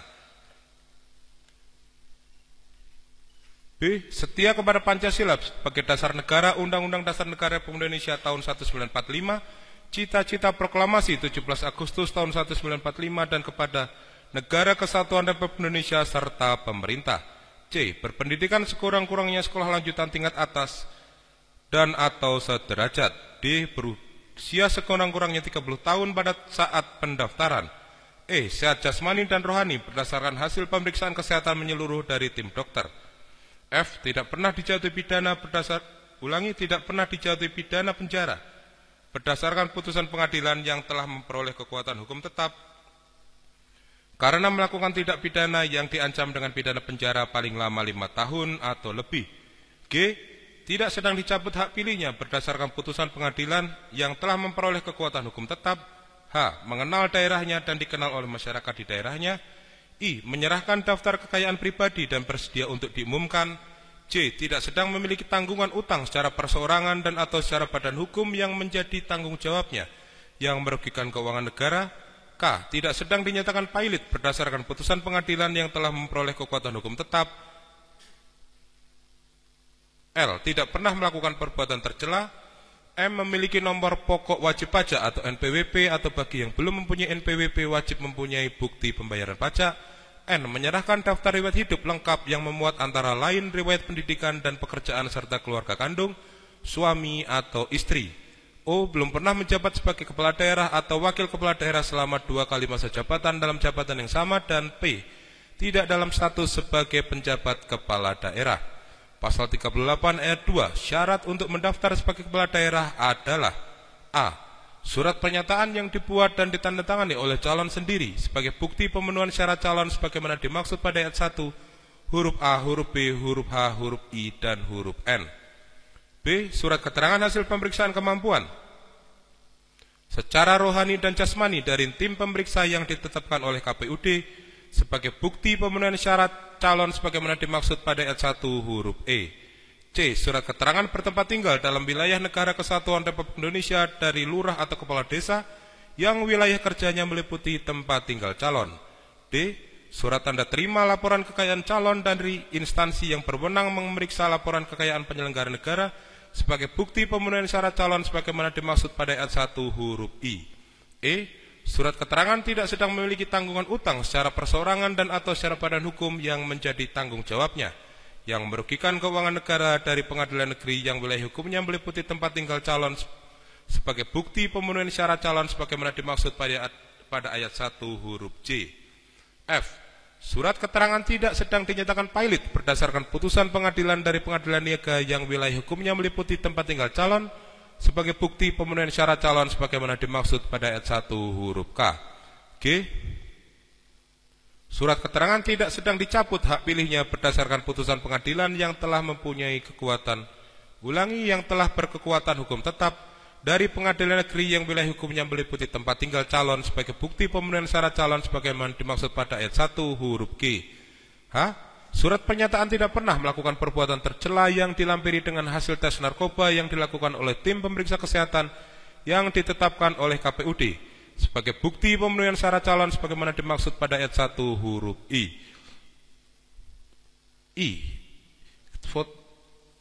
Pada ayat 1 huruf L. I. Fotokopi kartu nomor pokok wajib pajak atau NPWP atas nama calon, tanda terima penyampaian surat pemberitahuan tahunan pajak penghasilan wajib pajak orang pribadi atas nama calon untuk masa 5 tahun terakhir atau sejak calon menjadi wajib pajak, dan tanda bukti tidak mempunyai tunggakan pajak dari kantor pelayanan pajak KPP tempat calon yang bersangkutan terdaftar sebagai bukti pemenuhan syarat calon sebagaimana dimaksud pada ayat 1 huruf M. J.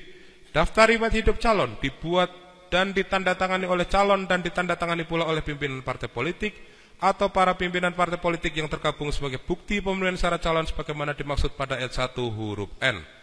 K. Surat keterangan tidak pernah dihukum penjara karena melakukan tindak pidana makar berdasarkan putusan pengadilan yang telah memperoleh kekuatan hukum tetap dari pengadilan negeri yang wilayah hukumnya meliputi tempat tinggal calon sebagai bukti pemenuhan syarat calon sebagaimana dimaksud pada ayat 1 huruf B. L. Fotokopi kartu tanda penduduk. M. Fotokopi ijazah yang telah dilegalisir oleh pihak yang berwenang sebagai bukti pemenuhan syarat calon sebagaimana dimaksud pada ayat 1 huruf C. N. Surat keterangan tidak pernah dijatuhi pidana penjara berdasarkan putusan pengadilan yang telah memperoleh kekuatan hukum tetap karena melakukan tindak pidana yang diancam dengan pidana penjara 5 tahun atau lebih dari pengadilan negeri yang wilayah hukumnya meliputi tempat tinggal calon sebagai bukti pemenuhan syarat calon sebagaimana dimaksud pada ayat 1 huruf F. O. Surat pernyataan belum pernah menjabat sebagai kepala daerah atau wakil kepala daerah selama 2 kali masa jabatan dalam jabatan yang sama sebagaimana dimaksud pada ayat 1 huruf O. P. Surat pernyataan tidak dalam status sebagai penjabat kepala daerah sebagaimana dimaksud pada ayat 1 huruf P dan Q. Pas foto ukuran 4 x 6 cm berwarna hitam putih dan hitam putih masing-masing 4 lembar. 6. Menghukum tergugat 3 untuk membuka stambuk atau buku induk yang berisi tentang nama, nomor induk, nilai, tahun masuk, tahun lulus, dan segala hal yang berkait dengan pendidikan sekolah menengah atas tergugat 1. 7. Menghukum tergugat 4 untuk membuka stambuk atau buku induk yang berisi tentang nama, nomor induk, nilai, tahun masuk, tahun lulus, program studi, lama studi, KKN, pembimbing akademik, dosen pembimbing skripsi, dosen penguji skripsi, transkrip nilai, yudisium ijazah tergugat 1. 8. Menghukum tergugat 1 bertanggung jawab atas kerugian keuangan negara dalam hal utang luar negeri proyek-proyek strategis nasional yang gagal atau berdampak adalah tanggung jawab pribadi tergugat 1. 9. Menghukum para tergugat secara tanggung renteng untuk membayar kerugian material dan menyerahkan anggaran tersebut kepada lembaga terkait sebesar 5.000 triliun 853 miliar rupiah untuk dipergunakan demi pembangunan negara Indonesia. 10. Menghukum para tergugat secara tanggung renteng untuk membayar uang paksa atau duangsom sebesar 100 juta rupiah kepada penggugat untuk setiap hari keterlambatan dalam menaati putusan dalam perkara akuo. 11. Menyatakan menurut hukum bahwa putusan ini dapat dijalankan terlebih dahulu meskipun terdapat upaya verset banding kasasi maupun upaya hukum lain. 12. Menghukum para tergugat untuk membayar semua biaya yang timbul dalam perkara ini. Dalam provisi 1. Menerima permohonan sita jaminan atau konservatoire peslah yang diajukan penggugat kepada aset tergugat 1 berupa benda tetap, tanah, dan bangunan gedung Geraha Sabah Buana berdasarkan nomor induk bidang tanah nomor .2.00280 seluas 5.382 meter persegi yang beralamat di Jalan Lecet Suprapto nomor 80-B Sumber Kecamatan Banjarsari, Kota Surakarta, Jawa Tengah 57137, terletak di dalam wilayah Provinsi Jawa Tengah, Kota Surakarta, Kecamatan Banjarsari, Kelurahan Sumber. 2. Menyatakan sah dan berharga sita jaminan atau konservatoire peslah terhadap nomor induk bidang tanah nomor 00280 seluas 5.382 meter persegi terletak di dalam wilayah Provinsi Jawa Tengah, Kota Surakarta, Kecamatan Banjarsari, Kelurahan Sumber. Subsidiar, apabila Ketua Pengadilan Negeri Surakarta, CQ Majelis Hakim Pemeriksa Perkara berpendapat lain, mohon putusan yang seadil-adilnya atau ex aequo et bono. Menimbang bahwa pada hari sidang yang telah ditentukan, para pihak hadir diwakili kuasanya masing-masing. Menimbang bahwa Majelis Hakim telah mengupayakan perdamaian di antara para pihak melalui mediasi, sebagaimana diatur dalam Peraturan Mahkamah Agung Republik Indonesia atau Perma nomor 1 tahun 2016 tentang prosedur mediasi di pengadilan. Para pihak sepakat memilih mediator non-hakim yang bernama Profesor Dr. Adi Sulistiono, SHMH, dari daftar mediator Pengadilan Negeri Surakarta sebagai mediator. Menimbang bahwa berdasarkan laporan mediator tanggal 21 Mei tahun 2025, upaya perdamaian tersebut tidak berhasil. Menimbang bahwa oleh karena mediasi tidak berhasil, maka kepada tergugat 1, tergugat 2, tergugat 3, dan tergugat 4 diminta persetujuannya untuk melaksanakan persidangan secara elektronik. Menimbang bahwa terhadap gugatan penggugat tersebut, pihak tergugat 1, tergugat 2, tergugat 3, dan tergugat 4 menyatakan bersedia untuk melakukan persidangan elektronik. Menimbang bahwa telah dibacakan surat gugatan penggugat yang isinya tetap dipertahankan. Dalam permohonan intervensi, menimbang bahwa pada persidangan hari Senin tanggal 2 Juni tahun 2025 telah hadir pemohon intervensi yaitu Sartiyatmo Trikuncoro, tempat tanggal lahir Surakarta 2 April tahun 1960, laki-laki, beralamat di Pipis Wetan RT 01 RW 019 Kelurahan Gilingan, Kecamatan Banjarsari, Kota Surakarta. Dalam hal ini diwakili oleh TH Wahyu Winarto SHMH, Sikit Haryanto SHMH, R Bambang Surojo BE SH, Agung Sulistiono SHMH, para advokat yang berkediaman hukum di kantor tim pengacara alumni SMA 6 Angkatan 1980 Surakarta dengan alamat di Jalan Tarumanegara 3 nomor 34 RT 03 RW 06 Kelurahan Banyuanyar, Kecamatan Banjarsari, Kota Surakarta. Dalam hal ini bertindak berdasarkan surat kuasa khusus tertanggal 27 Mei tahun 2025 yang berdasarkan permohonan intervensi tanggal 28 Mei tahun 2025 bermaksud hendak menggabungkan diri dalam perkara ini dengan alasan-alasan sebagai berikut. 1. Bahwa penggugat intervensi adalah alumni Sekolah Menengah Atas Negeri atau SMAN 6 Kota Surakarta, angkatan pertama tahun lulus 1980, masuk tanggal 7 Januari tahun 1977 dan lulus tanggal 30 April tahun 1980. Bahwa sebagai alumni SMAN 6 Kota Yogyakarta memiliki bahwa sebagai alumni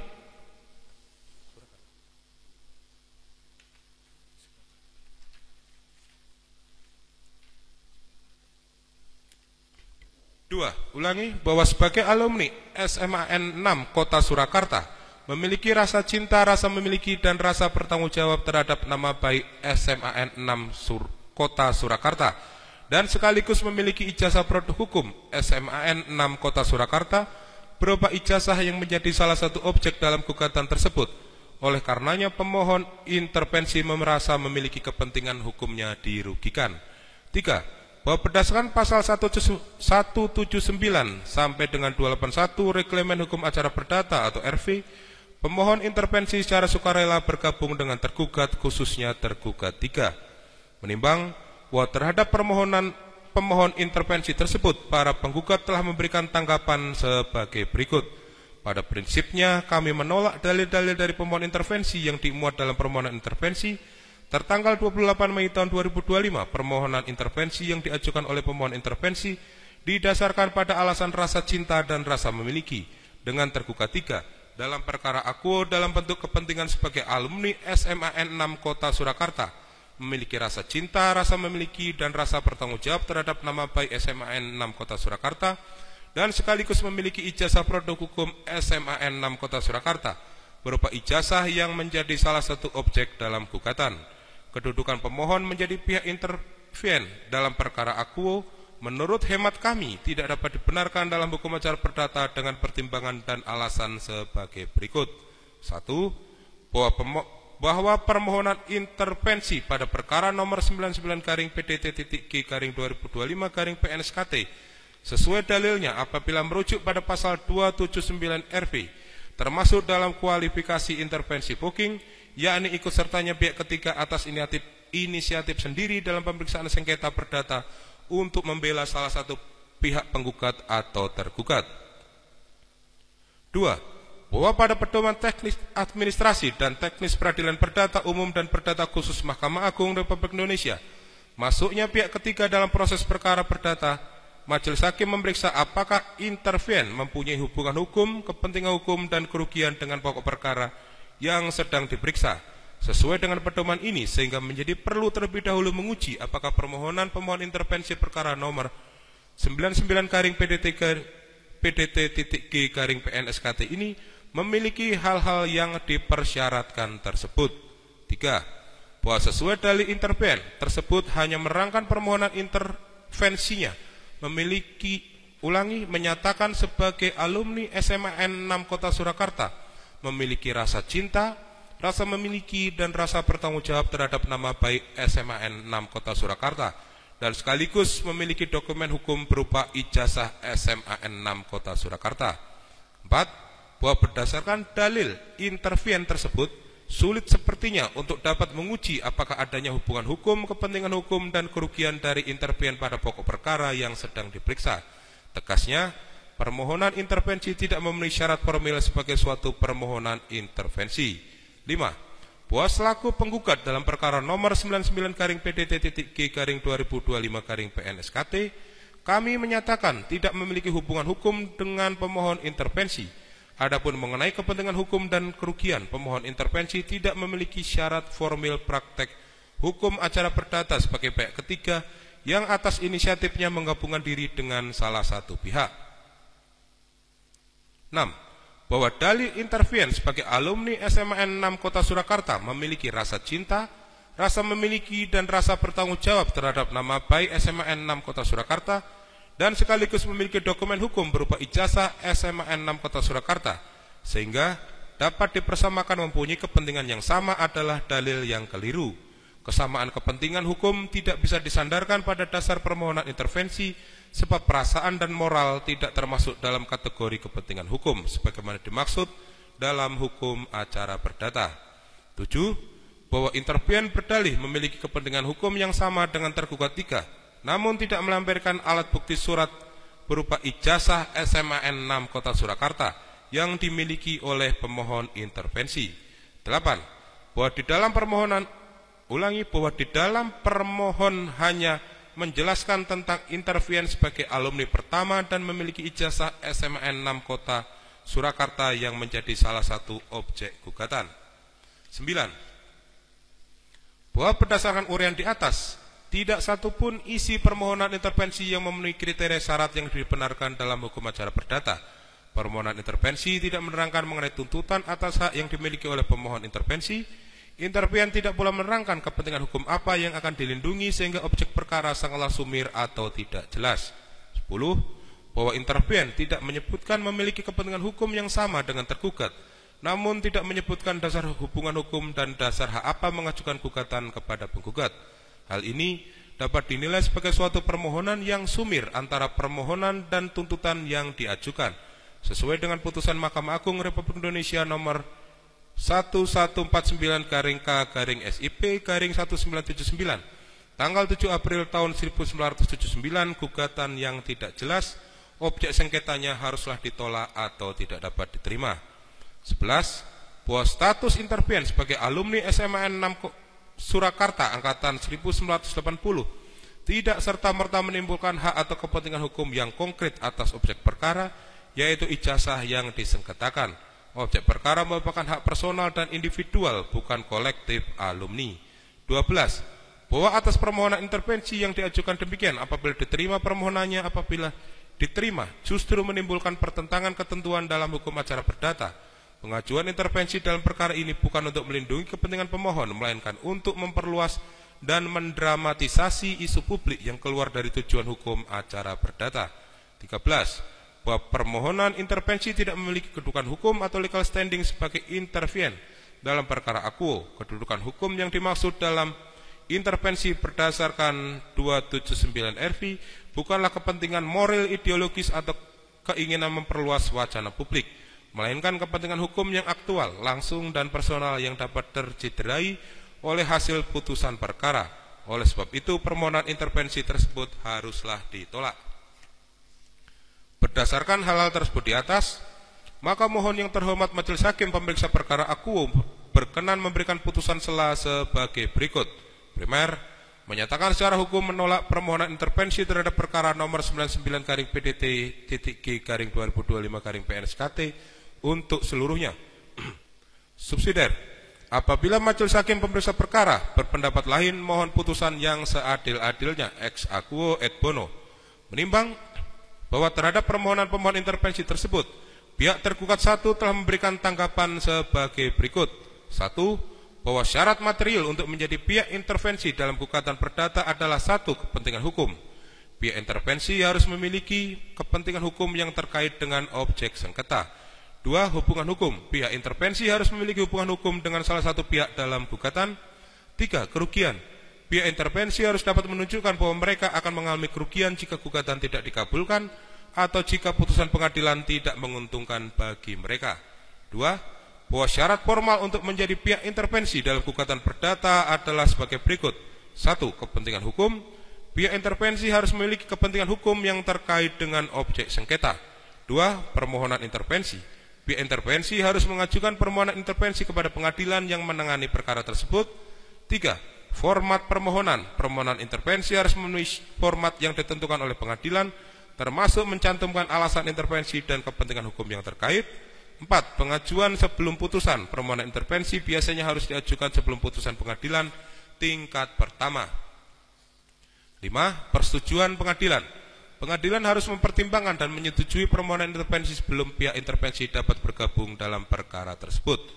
Bahwa sehubungan dengan persyaratan tersebut di atas, tergugat 1 melalui kuasa hukumnya berpendapat bahwa alasan-alasan permohonan intervensi yang diajukan oleh pemohon melalui surat permohonannya tertanggal 28 Mei tahun 2025 telah memenuhi persyaratan material dan persyaratan formil. Berdasarkan argumentasi tergugat 1 tersebut di atas, mohon kepada majelis hakim pemeriksa perkara agar menyetujui permohonan intervensi yang diajukan oleh pemohon melalui surat permohonannya tertanggal 28 Mei tahun 2025 untuk bergabung sebagai pihak penggugat atau tergugat intervensi dalam perkara 99-PDT-G-2025-PNSKT tersebut. Menimbang bahwa terhadap permohonan pemohon intervensi tersebut, pihak tergugat 2 telah memberikan tanggapan sebagai berikut. 1.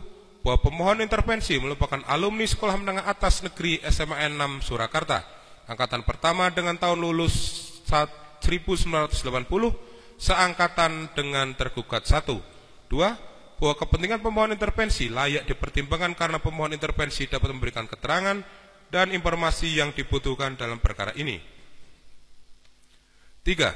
Bahwa berdasarkan apa yang telah kami sampaikan pada angka 1 dan 2 di atas, kiranya dapat dipertimbangkan untuk dikabulkan atau diterima sebagai pihak intervensi dan atau diserahkan sepenuhnya kepada Yang Mulia Majelis Hakim dalam perkara perdata nomor 99-PDT-G-2025-PNSKT.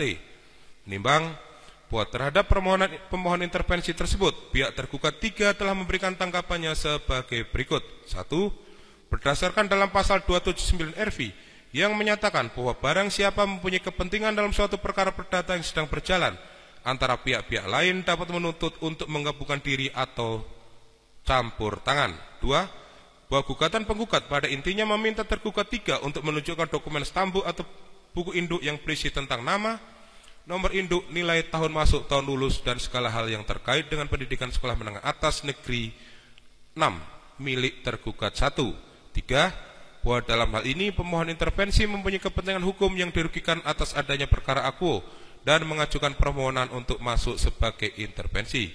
Menimbang bahwa terhadap permohonan pemohon intervensi tersebut, pihak tergugat 4 telah memberikan tanggapan sebagai berikut. 1. Bahwa pada prinsipnya tergugat 4 menghormati hak hukum pemohon intervensi dalam mengajukan intervensi pada perkara akuo. Namun demikian, tergugat 4 juga tetap berpedoman pada ketentuan hukum acara perdata yang berlaku sebagaimana diatur dalam pasal 279 sampai dengan 282 RV. Bahwa setelah tergugat 4 cermati substansi permohonan intervensi yang diajukan oleh pemohon intervensi adalah untuk bergabung sebagai pihak berdasarkan inisiatifnya sendiri untuk mendukung kepentingan hukum tergugat 3 yang dapat dikualifikasi sebagai voking. 3. Bahwa syarat untuk menjadi voking setidaknya adanya permohonan untuk masuk sebagai pihak, adanya kepentingan hukum langsung dari pemohon yang ingin dilindungi dengan mendukung salah satu pihak, dan kepentingan tersebut memiliki keterkaitan dengan pokok perkara yang disengketakan.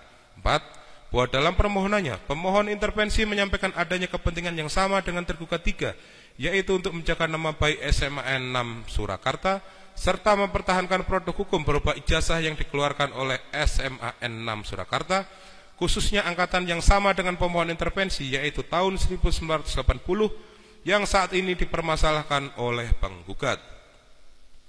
6.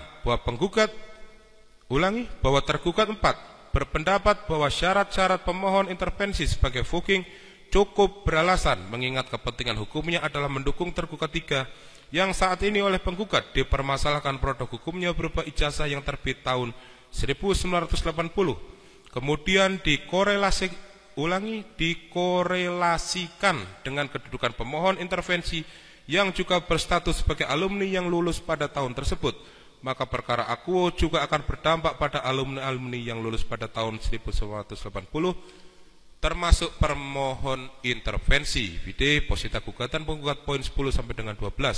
Penggugat mempermasalahkan SMPP dan SMAN 6 Surakarta dalam ijazah yang terbit 1980.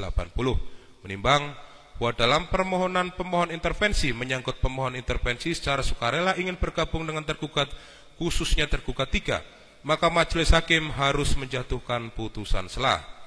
Menimbang segala sesuatu yang termuat dalam berita acara persidangan dianggap telah termuat dan menjadi bagian yang tidak terpisahkan dengan putusan sela ini. Tentang pertimbangan hukum, menimbang bahwa maksud dan tujuan dari permohonan penggugat intervensi yang diajukan oleh pemohon intervensi adalah pemohon intervensi sebagai alumni Sekolah Menengah Atas Negeri 6 Kota Surakarta memiliki kepentingan dengan alasan yang mendasari adalah pemohon intervensi sebagai alumni memiliki rasa tanggung jawab terhadap nama baik Sekolah Menengah Atas 6 Kota Surakarta dan memiliki ijazah produk hukum SMAN 6 Kota Surakarta yang merupakan salah satu objek gugatan akuo, sehingga pemohon intervensi secara sukarela ingin bergabung dengan tergugat, khususnya tergugat 3.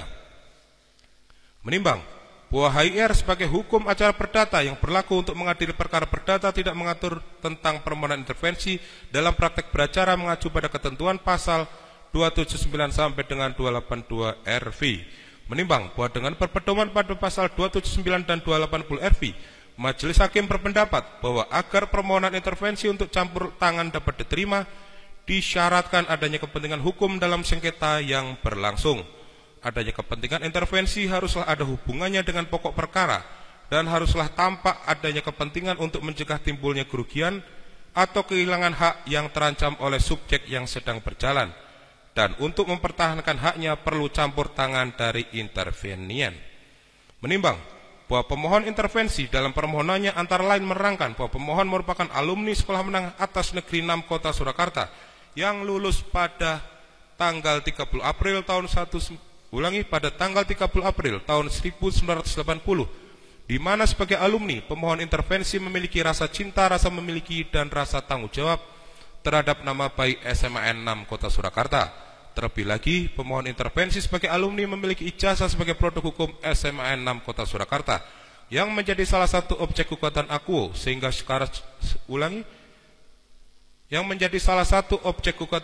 sehingga secara sukarela pemohon intervensi bergabung dengan tergugat, khususnya tergugat 3.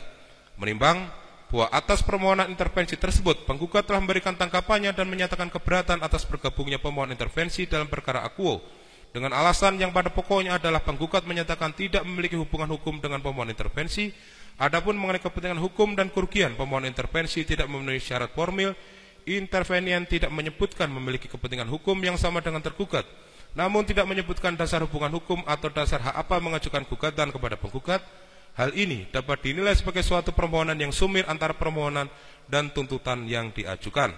Permohonan intervensi tidak memiliki kedudukan hukum atau legal standing sebagai intervenian dalam perkara akuo. Oleh sebab itu permohonan intervensi haruslah ditolak. Menimbang bahwa atas permohonan intervensi tersebut tergugat 1, tergugat 2, tergugat 3, dan tergugat 4 menyatakan tidak keberatan atas bergabungnya pemohon intervensi karena para tergugat berpendapat pemohon intervensi memiliki kepentingan hukum dalam perkara akuo, di mana tanggapan masing-masing tergugat pada pokoknya adalah sebagai berikut. Tergugat 1 pada pokoknya menyatakan bahwa alasan-alasan permohonan intervensi yang diajukan oleh pemohon melalui surat permohonannya tertanggal 28 Mei tahun 2025 telah memenuhi persyaratan material dan persyaratan formil. Tergugat 2 pada pokoknya menyatakan bahwa pemohon intervensi sebagai alumni SMAN 6 Kota Surakarta angkatan pertama lulus pada tahun 1980 memiliki kepentingan permohonan pemohon intervensi layak dipertimbangkan karena pemohon intervensi dapat memberikan keterangan dan informasi yang dibutuhkan dalam perkara ini. Tergugat 3 pada pokoknya menyatakan bahwa penggugat pada intinya meminta tergugat 3 untuk menunjukkan dokumen stambuk atau buku induk yang berisi tentang nama nomor induk, nilai tahun masuk, tahun lulus, dan segala hal yang terkait dengan pendidikan SMA N6 Kota Surakarta milik tergugat 1, dan dalam hal ini pemohon intervensi memiliki kepentingan hukum yang dirugikan atas gugatan akuo. Tergugat 4 pada intinya menyatakan bahwa syarat-syarat pemohon intervensi sebagai fuking cukup beralasan, mengingat kepentingan hukumnya adalah mendukung tergugat 3 yang saat ini oleh penggugat dipermasalahkan produk hukumnya berupa ijazah yang terbit tahun 1980, kemudian dikorelasikan dengan kedudukan pemohon intervensi yang juga berstatus sebagai alumni yang lulus pada tahun tersebut, maka perkara akuo juga akan berdampak pada alumni-alumni yang lulus pada tahun 1980, termasuk pemohon intervensi. Menimbang bahwa atas permohonan pemohon intervensi dan tanggapan penggugat dan para tergugat tersebut, selanjutnya Majelis Hakim mempertimbangkan sebagai berikut. Menimbang bahwa berdasarkan pasal 279 RV yang berbunyi, barang siapa mempunyai kepentingan dalam suatu perkara perdata yang sedang berjalan antara pihak-pihak yang lain dapat menuntut untuk menggabungkan diri atau campur tangan. Menimbang bahwa terdapat 3 jenis intervensi, yaitu fuking, yaitu ikut sertanya pihak ketiga atas inisiatif sendiri dalam pemeriksaan sengketa perdata untuk membela salah satu penggugat atau tergugat. Tusenkoms, yaitu ikut sertanya pihak ketiga atas inisiatif sendiri dalam pemeriksaan sengketa perdata, akan tetapi tidak memihak salah satu pihak, baik penggugat atau tergugat, tetapi demi membela kepentingannya sendiri. Persualing atau penjaminan, yaitu ikut sertanya pihak ketiga dalam pemeriksaan sengketa perdata karena ditarik oleh salah satu pihak untuk ikut menanggungnya.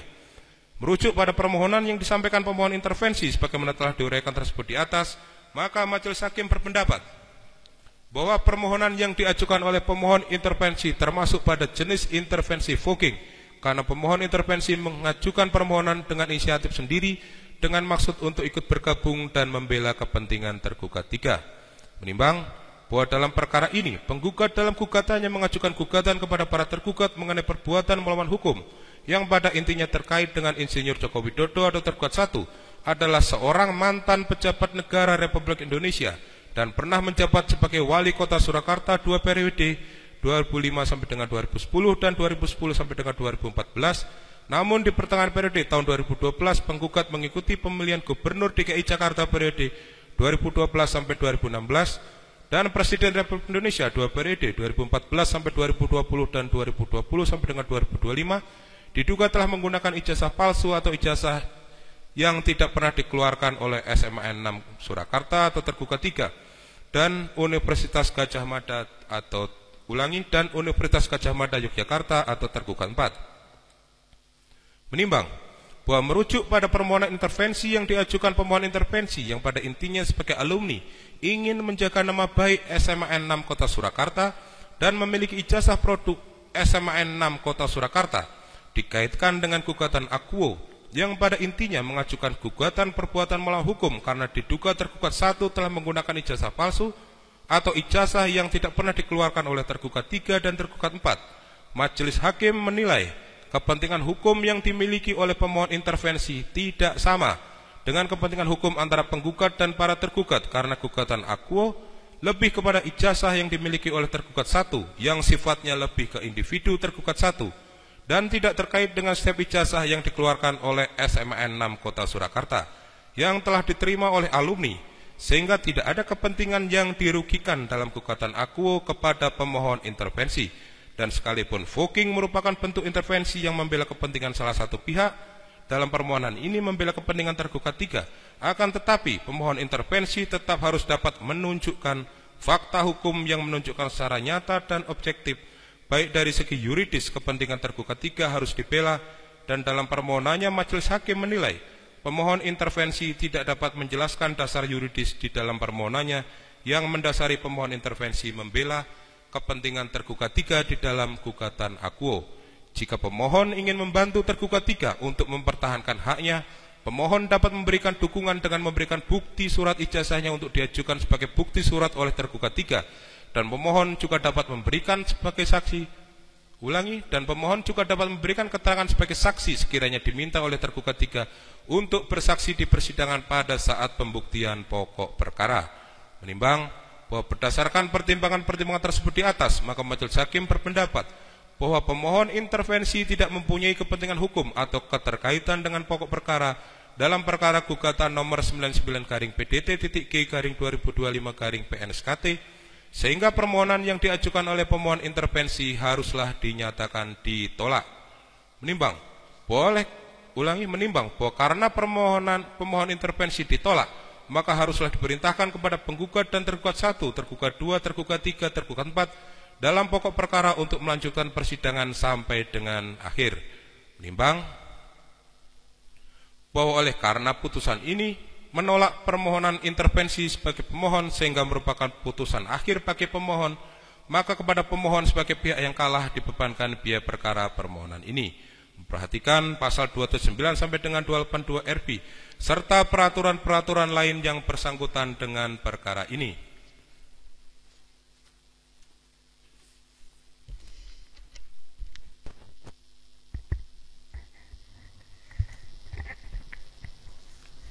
Mengadili. 1. Menolak permohonan intervensi yang diajukan oleh pemohon intervensi. 2. Memerintahkan kepada penggugat, tergugat 1, tergugat 2, tergugat 3, dan tergugat 4 untuk melanjutkan proses pemeriksaan perkara aku. 3. Menghukum pemohon intervensi untuk membayar biaya perkara sejumlah nihil. Demikianlah diputuskan dalam rapat musyawarah Majelis Hakim Pengadilan Negeri Surakarta pada hari Selasa tanggal 10 Juni 2025 oleh kami, Putu Gede Haryadi SMH sebagai Hakim Ketua, Sutikna SMH dan Fataroni SMH masing-masing sebagai hakim anggota. Putusan tersebut telah diucapkan dalam persidangan terbuka untuk umum pada hari Kamis tanggal 12 Juni 2025 oleh kami, Putu Gede Haryadi SMH sebagai hakim ketua, Subagio SMH dan Fataroni SMH dengan dibantu oleh Winarto SH sebagai panitera pengganti yang dihadiri oleh kuasa penggugat, kuasa tergugat 1, kuasa tergugat 2, kuasa tergugat 3, kuasa tergugat 4, dan kuasa pemohon intervensi. Demikian selesai. Baik para pihak, khususnya saudara pemohon intervensi, sebagaimana putusan sela yang sudah dibacakan oleh majelis, permohonan intervensi saudara ditolak. Ya. Kan tetapi silakan saudara diberikan hak untuk menerima atau tidak menerima dengan upaya hukum, ya. Apabila saudara tidak menerima putusan sela yang dimaksud, ya. Dengan catatan apabila saudara mengajukan upaya hukum, perkara ini tetap terus dilanjutkan, ya. Dan upaya hukum tersebut akan dikirim bersama-sama dengan perkara pokoknya. Itu pun kalau perkara pokok tersebut melakukan upaya hukum. Apabila tidak, nyatakan banding dan lain sebagainya, maka perkara ini juga tidak, artinya putusan sela intervensi tidak juga dilanjutkan sampai ke upaya hukum seperti yang saudara maksud. Begitu ya, silakan mau dijawab sekarang atau kesempatan lain saudara sampaikan. Ya.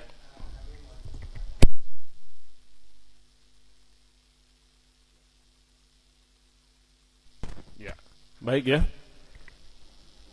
Baik, dengan demikian hari ini pembacaan putusan sela sudah dilaksanakan dan sudah dilakukan oleh majelis hakim sebagaimana putusan sela di amar petitum nomor 2 melanjutkan proses pemeriksaan kepada penggugat tergugat 1, tergugat 2 dan tergugat 3 serta tergugat 4. Maka untuk persidangan selanjutnya, persidangan melalui sidang secara elektronik, ya. Melalui e-court. Untuk tanggal 19 sesuai dengan kode kalender adalah jawaban dari para tergugat. Demikian ya. Sebelum ditutup ada yang mau ditanyakan dari pihak penggugat? Sudah cukup? Tergugat 1, tergugat 2, 3, 4.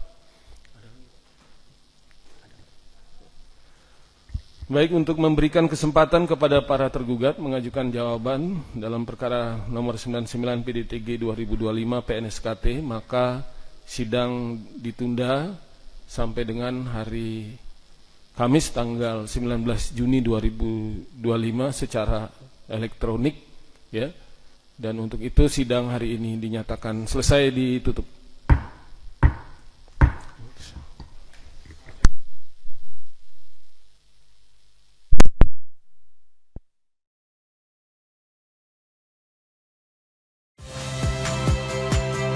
Saya, My Sister Tarigan. Saksikan program-program Kompas TV melalui siaran digital, pay TV, dan media streaming lainnya. Kompas TV, independen, terpercaya.